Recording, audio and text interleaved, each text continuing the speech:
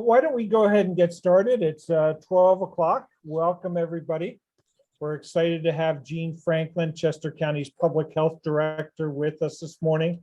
It seemed like 2 years ago, we all went home for 3 weeks until this COVID thing, whatever it was, passed. And here we are 2 years later, still dealing with the aftermath and still trying to figure it out and get answers. Throughout these 2 years, Chester County's 3 county commissioners and Jeanne Franklin have been on the front line, coming up with protocols and strategies to keep us safe and as free as we can from the impact of COVID. And so we're thrilled to have her with us today. Just before I turn the time over to John to introduce Jeanne, I want to do just a couple housekeeping items really quickly. First of all, the comments, any comments that you leave in the chat session below, Mitchell, John, and I can see them, and we will be following them throughout the session. If you have a question or want a specific topic addressed by Jeanne, go to the Q&A box at the bottom of the screen and leave that question. John is the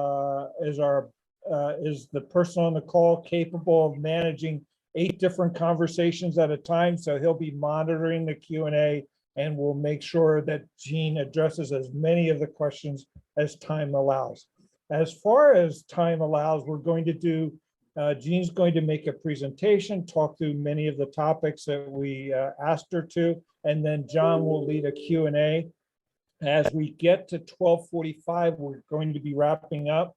And then at 12:50, we want to be signing off to be respectful of everyone's time, including Jeanne's time. So with that, John, I'll turn it over to you and you can introduce Jeanne and let her go. Great. Well, thank you, Ken. Hello, everybody. Again, John Durso, Chief Operating Officer, American Community Journals. I just want to thank everybody for hopping on today because NoonZOOM is a new way that we're delivering the important news to you, in addition to our websites, in addition to our e-blasts. So many of you are subscribers. Thank you very much for subscribing to Vista.today. And we're really excited to have Jeanne here. Jeanne Franklin has 30 years of health-related experience at all levels of public health, the federal level, the state level, and the local government level, including the CDC. She's worked for the Fulton County Department of Health and Wellness and Keene, where she was the senior public health consultant and business analyst. And she's been back and forth all over the country. You heard her earlier talking about living in Atlanta, Georgia, and being from Michigan, and now she's back here in Chester County. She holds a Master's of Public Health degree and a Bachelor of Arts degree in Sociology. Both are from University of Michigan, where she is a big-time Wolverine fan. So, Jeanne, welcome. Thank you so much for taking your time out of the day to keep us informed, and the floor is yours. Thanks. Thank you, everybody, and I appreciate the kind welcome. I want to make it perfectly clear. It is the commissioners and the entire health department team. It is not solely me. I am surrounded by brilliant, passionate, committed people who, as you know, have been at this for a long time, like everybody has. You know, I don't have the opportunity as frequent as I'd like to talk to an audience that you've brought together, John and Ken, so I appreciate this invite. We have plenty of opportunity to talk to our long-term care facilities, our schools, our daycares, because we're in constant communication with them, helping them navigate, you know, outbreaks and, you know, guidance. So I appreciate this opportunity. It's been a long time coming, you know, and I think, you know, what you're going to hear from me today, some of it may be new. Some of it may feel like we're cycling back through some previous experiences in this pandemic. And it's because we are. And, you know, public health started this pandemic, started working toward it before it was officially labeled that. Literally, we're starting our 3rd year. We're at the start of year 3, which is unbelievable. But what I want to try to do is maybe just say, where are we at now? Possibly reflect on some things in the past, but really, where are we at now? So when you look over the past 4 weeks, if you're following the data that the health department puts out for the county, our COVID-19 incident rate and percent positivity has more than doubled. Each has more than doubled, within the last 4 weeks. We're obviously seeing a higher community transmission level, and that's for several reasons. It's Delta was a big impact. Omicron now is, for different reasons. We had holidays mixed in. We have social gatherings. There's less lockdown going on. So during such a time of high significance, we're back to where we were about a year and a half ago, where more and more people in the community are testing positive, and there's a multitude of exposures that may have led to being positive. Sometimes those exposures occur without even people knowing, or with someone who's interacted with a positive, but they're asymptomatic. These are not bad, wrong things. It's where our reality is now. And these are the factors that make it so hard to determine where individuals are becoming infected. So what we have to do is we have to continue, like we have been, relying on data. I'm going to say up front, any data I speak to, and I'm going to talk a bit about data to start off with. This is data that we've been tracking the entire time. But just understand, this data evolves every single week. We have cleaner data coming in. We have consistency in data. We have access to new data. So while the data seems like it's constantly changing, it's because it's supposed to. This is a live, real-time pandemic, and we're using surveillance data that is not intended to be published live in real time. So let me just talk about a few areas within what we're seeing as trends. So let's talk first infections. So since the start of the pandemic, we have had over 82,500 cases of COVID infection, regardless of the variant. So that translates to about 15,725 per 100,000 population has had COVID. Now, that's who's had it. We've had well over 280,000 negative tests. So we are about 3/4 of our population has had testing, at least one test. So when we look at key infection data points, I'm going to point out a few. January 4th, 2022 was our highest number of new cases in a given day since the pandemic began, and that was 1,168. January 15th, 2022 was our second highest. Prior to that, we go back about a month, December, end of December. And then prior to that, we go all the way a year back. So you can obviously see how this current surge has really played out in a very short time. Obviously, an indication of its ease of transmission. So when we look at the past 30 days, our new cases are showing up in the top 3 age groups. Number 1 is 20 to 29-year-olds. Number 2 is 30 to 39-year-olds. Number 3 is 10 to 19-year-olds. That's our workforce. That's our young workforce right there, who are showing the highest occurrence of new cases over the past 30 days. And that has trended that way for now about 2.5 months. So we're eager to see, because we're hearing it in the eastern side of the US, we're eager to hear if over the next week or so, we start to see a hint of slowing that rise. So I'm eager to see what we look at the end, what we look like at the end of this week. But I say that with caution. As much as we tend to follow about a week or so behind New York City, we have to understand that the data I'm giving you around positives and negatives does not include this new influx of at-home testing that's going on. At-home tests are not reported to public health. We do have an opportunity on our website for folks to at least tell us if they're positive so we can give them the accurate guidance, but it's not required to be reported. So some of these numbers are a bit underreported And we're confident that folks have resources to understand what to do with those at-home tests and how to remain safe. So when we look at hospitalizations, you've heard it all in the news. Hospitals are overwhelmed. They're overwhelmed for a lot of reasons.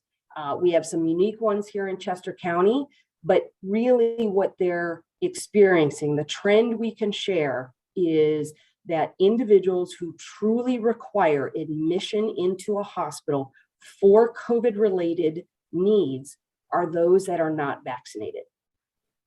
Not vaccinated. And similarly, we're approaching on our, for deaths, we're nearing 1,000 in Chester County, and that's very, very sad to hear. Those who are more susceptible now in this current surge to experiencing the medical care need and death are those that are not vaccinated, which is why we continue to promote vaccinations. I'm going to tell you right now, vaccinations have never been intended for COVID to prevent infection. They have three purposes: reduce the likelihood of getting infected. If infected, reduce the severity of infection. And if medical care is needed, reduce the likelihood of death. That's the intent of these vaccines, which is why we see breakthroughs. It doesn't mean the vaccines aren't working. It means the vaccines are still working along with the boosters to be able to keep it at a minimal impact. And that's a minimal impact for us as individuals, for us as individuals who employ a workforce, and also for impact on our hospitals. So when we look at, all right, well, that's not all great news, Jeanne. Where do we go from here? How do we know we're even nearing the end? I'm going to tell you, we have a ways to go. We at minimum have to see this current surge through, because the trends we have to rely on are those incident rates. And when I say incidence rates, it's the number of new cases for a specific period of time per 100,000. So we know that, and if you're following along, we give a week 1 to 4 historical view. Last Friday's report indicated a slight decline from the prior week. Similarly, our percent positivity. If you are following along in those reports, at the end of those reports kind of give these tiers of positivity and incidence that we're looking to kind of gauge as milestones. So our next milestone for incident rate is getting it down to 100 new cases per 100,000. Our goal, our ultimate goal is 50. 100 will be that next milestone. For positivity, 10% is going to be that next big milestone. And right now we're at 30.56% as of last Friday. We'll publish a new data set tomorrow. Our ultimate goal is 8% or less. We also have to look at vaccination rates. We know as of last week, we estimate about 70% of our residents have received their primary series. We're not able to articulate quite yet the boosters, because some of those are happening at different rates. We are seeing a majority of folks coming in for boosters. The majority of what the health department is vaccinating now are boosters. So those numbers should be coming in, and the state, we get this data from various state departments. So being able to tease out that booster community is going to also help us benefit. We also, in order to know if we're turning the corner, have to continue to watch our hospital trends. You've heard in the news and from me earlier what those trends look like. We're still seeing a large volume of individuals come in to our hospitals. And then we have to look at employer trends. We monitor, whether it's anecdotal or more formal communications around organizations that have to temporarily cancel services or close due to staffing shortages. We navigate this with our, for example, with childcare organizations. They say, listen, I don't have enough staff to operate. We may be seeing that also in some of our clinics. in the county. We know some have had to reduce hours. Our urgent cares have had to reduce hours. There's staff shortages or in restaurants, et cetera. So those are things we monitor as an indicator. And then, of course, we're monitoring access to additional vaccines for our youth, the 0 to 4 population, and more widely accessible antivirals, which are, seen as a game changer to prevent and to mitigate impact if infected. So there's a lot that is looked at to understand, are we making the curve? I have a responsibility, us as employers have a responsibility, and then us as individuals have a responsibility. And it all starts to accumulate to have a positive impact when we make the choices that do have an impact. So one thing I was asked to talk about is, what can organizations do in support of their employees? There's a myriad of things. Some of these may be things we've covered in the past, whether through this venue or other venues. One is simply encourage and support vaccination. We know some organizations are giving incentives for vaccinations, and that's okay. You really have to understand what is your organization's ability to support that, and how can you communicate that out, and certainly then promote where individuals can get vaccinated. There's plenty of opportunities for vaccination. The health department is just one of them at this point. Support for staff who need time off because they're quarantined or isolating or need to take care of family members who are. So giving that, I know in certain organizations, it's maybe classified as a different type of time off because they want to kind of track that differently. I don't have children in childcare anymore, but I certainly hear from a lot of folks who are trying to manage keeping a job while also their children may not have the daycare because they've had to close or whatnot. So that's a tough spot to be in. And as employers, we have an opportunity to maybe get creative in how do we support that in different ways. Certainly, if you have employee assistant programs, enhancing those, not just for access to testing and vaccine, but helping people who are worried about their family's health, worried about their risk of impacting their peers in the organization or their family, or just worried about navigating today's world with all the news and influx of what's the most current information. So folks can, hopefully have access to some basic mental health, social health, and emotional health opportunities. If you're an organization who promotes masks, consider providing masks. CDC just came out with some good, data-grounded guidance on the masks that work.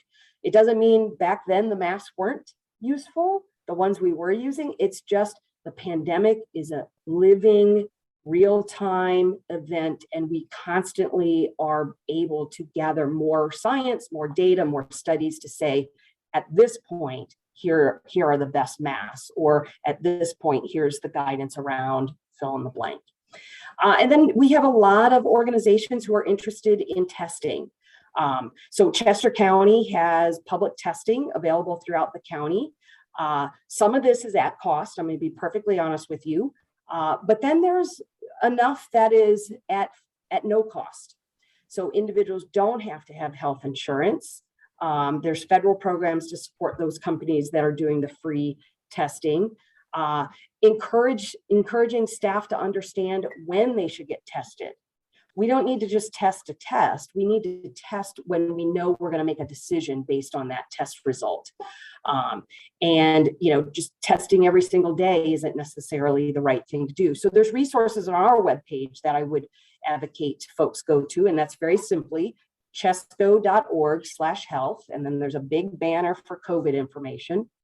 And if you're an organization who wants to bring testing to your employees, certainly there are private companies that are willing to do that at cost, at no cost. It really just depends on what you're looking for. And we can possibly help make that connection. One of the roles the health department is playing now with testing we are not doing the testing. We're trying to connect these testing experts, these testing companies to places or physical space to do the testing. They have already set it up. So we're just we're not necessarily doing it for every testing company, just really testing companies that have approached us or we've approached them to expand the equity around testing. So, what I'll end with before we start to, take some questions, John, is really, today's rapid increase, and I shouldn't say today, it's been at least a month right now, has really resulted in an exponential number of people wanting to get tested, an exponential number of people being exposed, seeking medical care. So it is exactly where we were earlier stages of this pandemic. And I'm convinced many of us have put that out of their head, but for public health, it's exactly where we were, where we said we need to adjust our public health strategies to look for those in today's world, which have the greatest potential for having the strongest impact on spread. So I'll share with you where the health department's priorities currently are, and then we can certainly open it up. One is just continuing to ensure opportunities exist for vaccination and testing.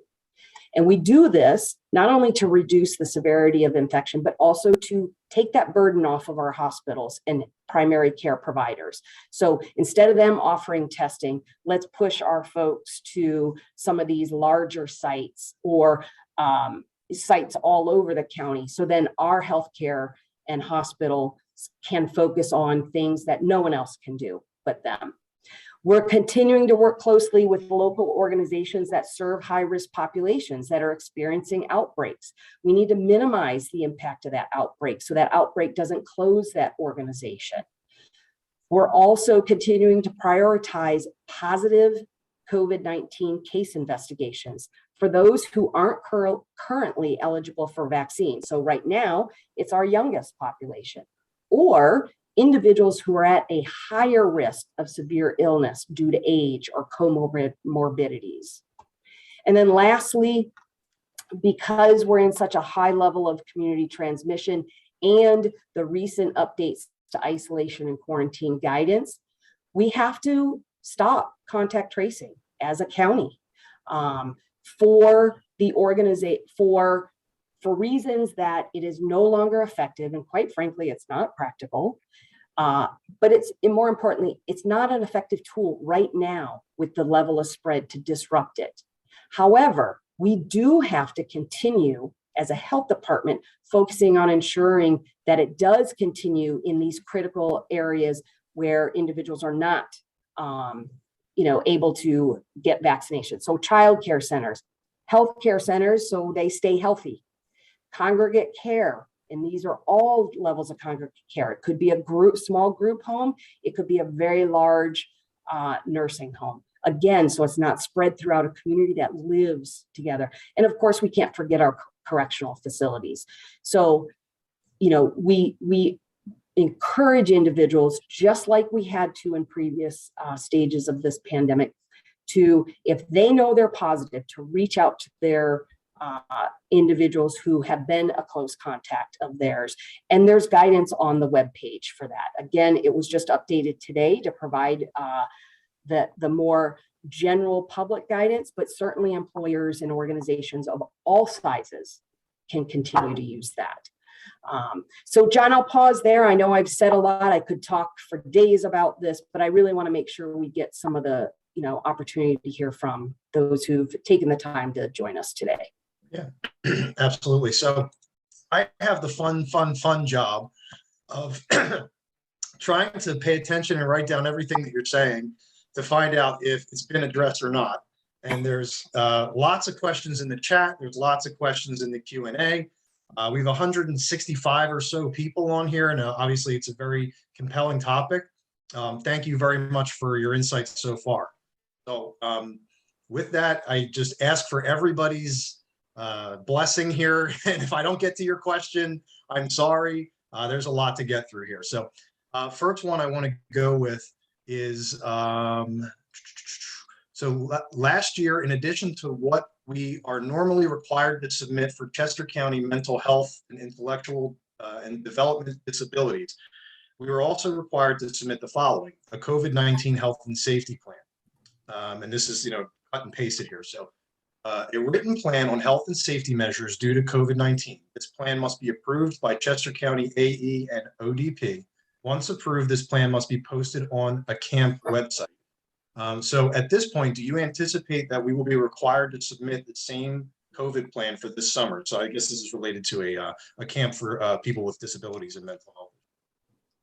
So I can't project what will be required, and certainly what you'll want to do is the agency who is requiring that, and I'm going to assume this is a state level agency, I would inquire with them directly. So there are certain licensures across different types of organizations that they really do need to start at their licensing agency first, because that does not all come down to a local health department level of guidance.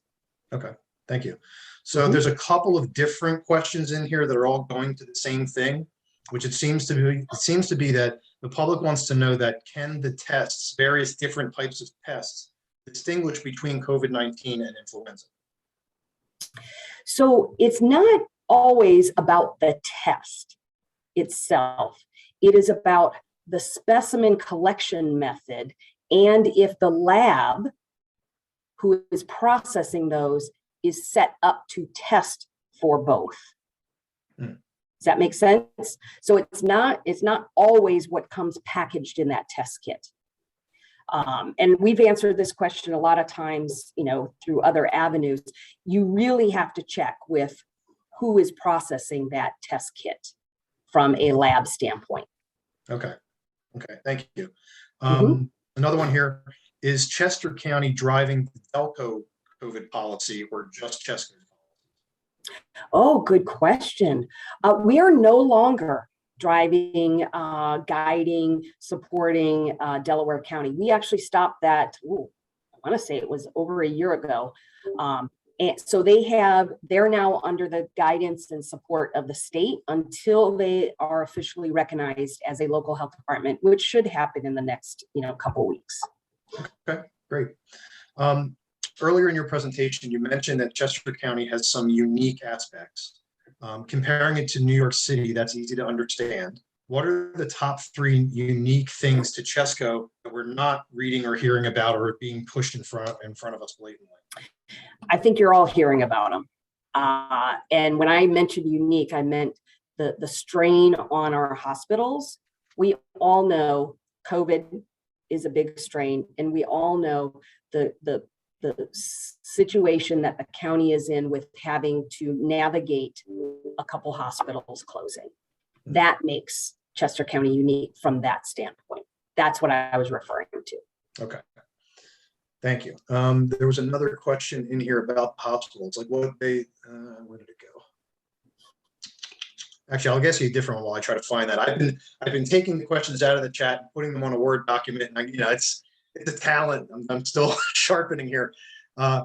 Does the 70% of residents that have the primary vaccination series include all residents or just those who are over 18? It includes all, it's compared against the total population 5 and above. So because that is the eligible population. So it's 70% of 5-year-olds and older. Okay. If you go on our weekly report, you can see it broken down from 5 to, I believe, 18 or 19, and then 19 and older. So we kind of look at it as 2 large segments of our population. Okay. So that being said, what is the definition of a fully vaccinated person? Is that someone that has had multiple, both shots and is boosted and is regularly getting boosted? Is it just the 2 shots? What's the definition? So currently they have completed their initial series. So if you are Johnson & Johnson, it's 1 shot. If you are Moderna or Pfizer, it's 2 shots. We've been saying that you're fully vaccinated or boosted. So an individual who has had their 2 shots, for example, but aren't eligible because enough time has not passed to be boosted, are still fully vaccinated. Okay. That's an important distinction. Thank you. Yeah. What are the Chester County Health Department's plans in the wake of closing Brandywine and Generalsville, not only during the pandemic, but for the future? So I don't want to speak to that in great detail. I know what we are trying to do as a health department is where there were resources relevant to COVID. So for example, if these hospitals were doing COVID testing, how can we supplement that so that doesn't become a gap? Same with, if these hospitals were providing vaccinations and and they've gone in and out of providing vaccinations. All of our hospitals have. They've been great partners in this COVID response. So that's the piece that the health department is trying to supplement to say, how do we not leave a gap from a COVID? There are folks across the county at lots of levels working diligently around all the other aspects of the closure. And I think that's just for a whole different conversation that, is probably not at my level to have at this time. Absolutely, that's fair. So somebody else asked, would the CCHD post all the weekly reports in an archive somewhere? Because apparently currently they're showing just the last report. Certainly open to that. I can take that suggestion.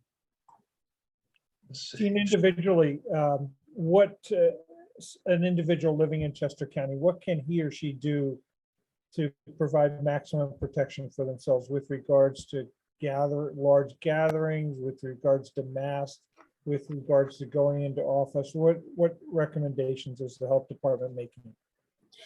So, I'm going to sound like a broken record. The basic tenets of personal protection have remained the same throughout this pandemic. Good hygiene, a well-fitted, properly fitted mask that is worn consistently. And I think with the Omicron, it's, the Delta sat deeper in the lungs. Omicron sits more in that upper respiratory. So really that mask has got to be over the nose. It's got to cover the nose and mouth. Limiting social gatherings. Or making sure those gatherings have the space, and I know when it warms up, we're going to have a little bit more elbow space to spread out with.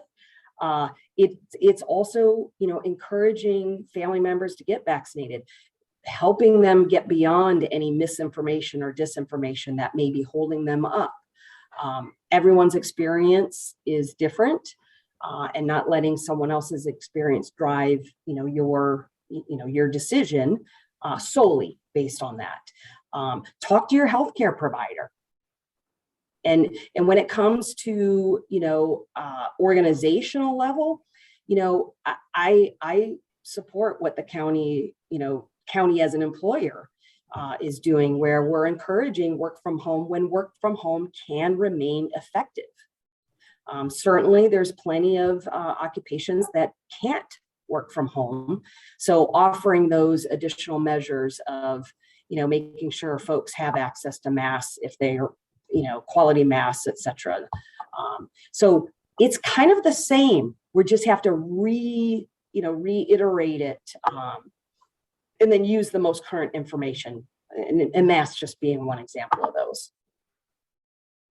Are there different types? Well, you're saying and I'm kind of paraphrasing from one of the questions, because the questions are flying through, and I'm kind of trying to get find ones that are relevant to everybody as a group, and not really super specific to one individual's life. Something that's going to be the good of the whole group. So, are there different types of masks out there that are better than others? So I encourage you, because CDC did a good job in assessing the masks and kind of summarizing the results of them. I encourage you to go to CDC's website, and I believe even our website points to theirs, because there was no need to duplicate that. So the general theme is the cloth masks that aren't layered or tightly woven are not proving as effective with the current surge. The KN95, the N95s, those with filters, those are the ones that, and there's another in there, KPKF, I can't remember the exact labeling of it, but CDC did a nice job of laying those out. But, you know, again, we're coming back to what we did in the past. A while ago, we said, listen, gaiters aren't cutting it. So let's steer away from gaiters. Now it's all right, cloth masks aren't as effective.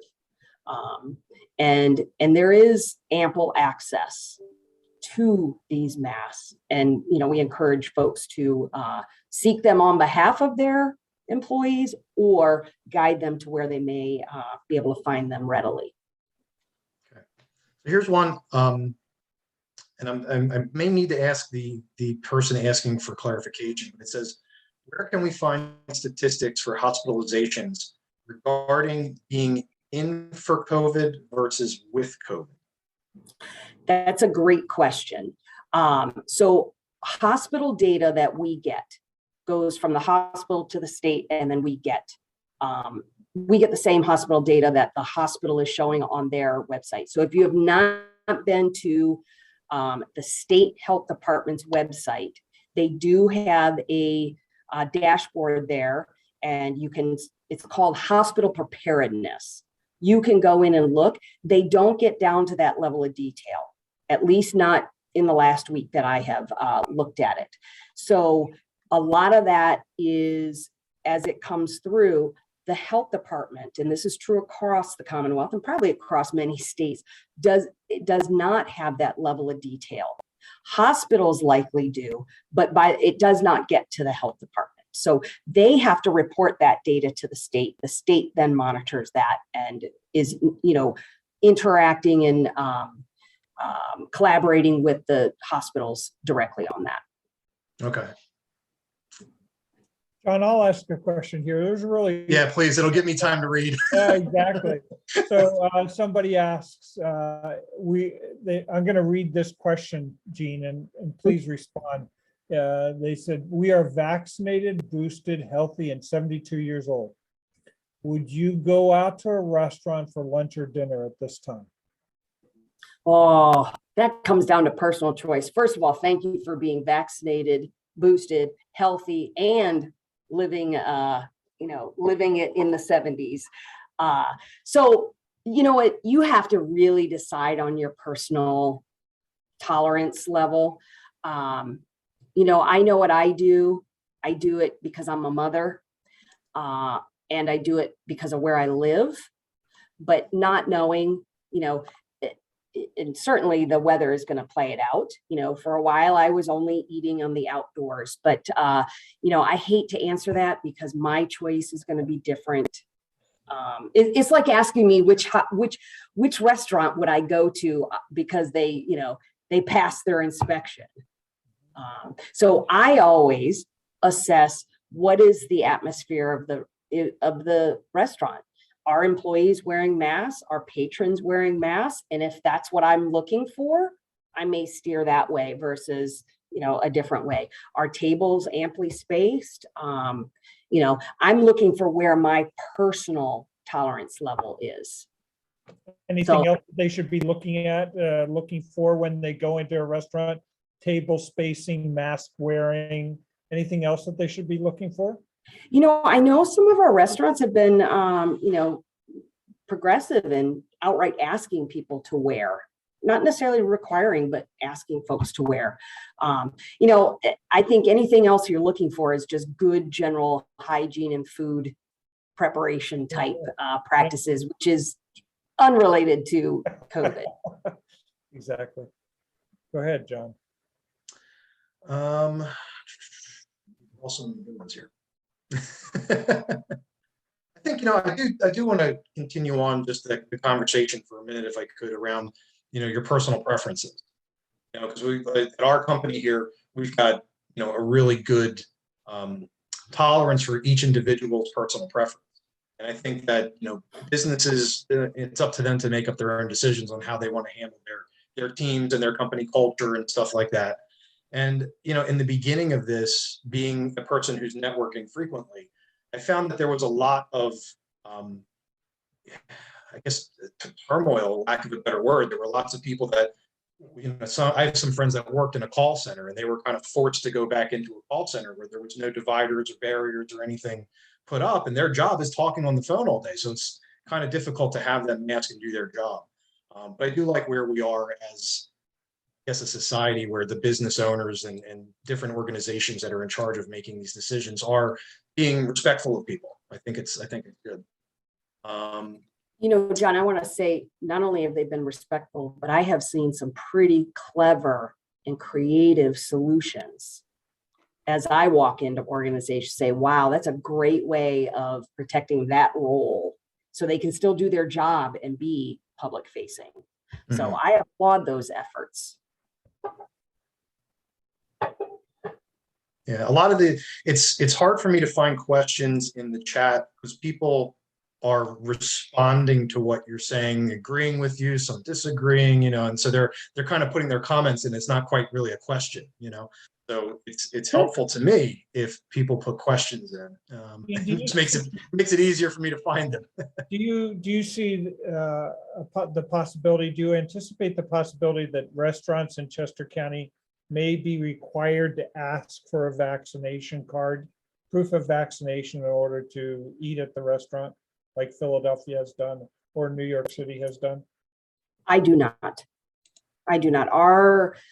Our food facilities, because they work with us all the time around just their annual inspections or improvements in their, restaurant that we're engaged with, they really grabbed hold. They're doing the right thing. They wanted to do the right thing.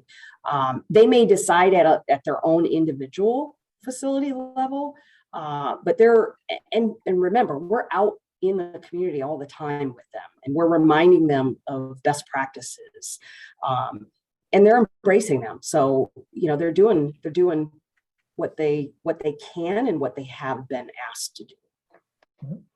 What about businesses? If you were to wave your magic wand, what would you like to see more businesses doing, or best practices that other parts of the country are doing that you think would be nice to implement here in Chester County?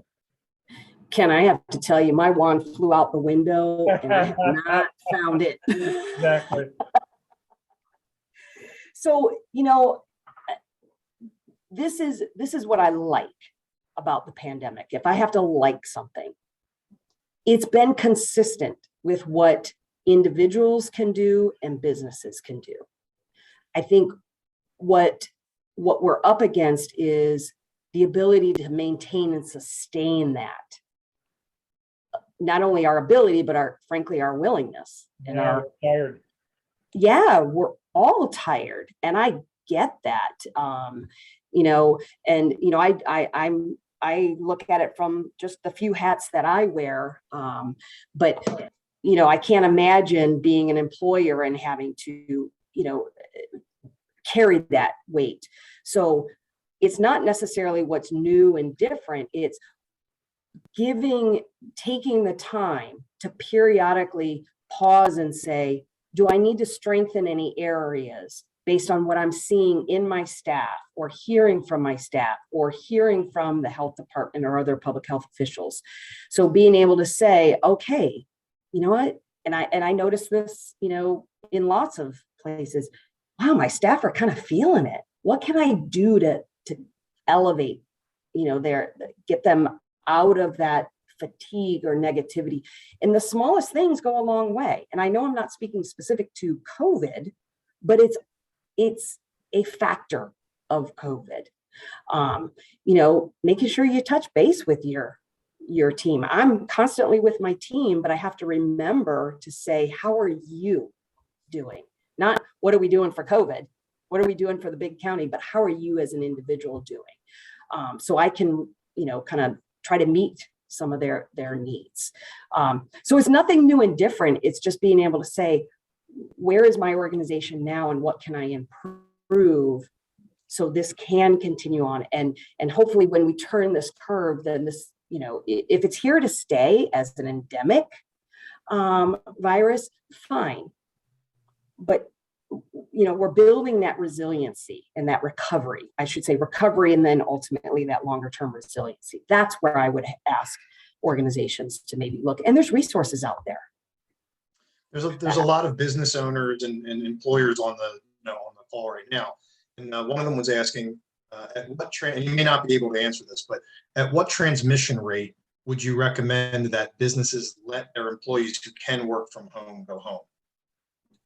Like, is there a logical way to tie? We're at this point of a transmission rate, so if you have the ability to do it, let them do it. So if, and hopefully folks are familiar with the 4 levels of transmission that we typically break it down into. And it's, those 2 higher ones, and I referenced them, the under 50 for incidents, and then under, I believe it was 8 or 10% for positivity. Those to me are key ones to look at to say, all right, can we put people at home without impacting it? So, who knows what the home environment looks like if they have the ability, but can you still provide effective services from home? I would say that's something an organization can consider in those 2 upper level. Certainly in high transmission. If you haven't noticed, we are in high transmission. Yeah, absolutely. So Yeah. Just a logistical question. I was in a CVS last week, and a gentleman walked in up to the prescription center and asked to be tested for COVID. Obviously, the CVS couldn't do it. But practically speaking, if somebody wants to get tested, what do they do? Where do they go?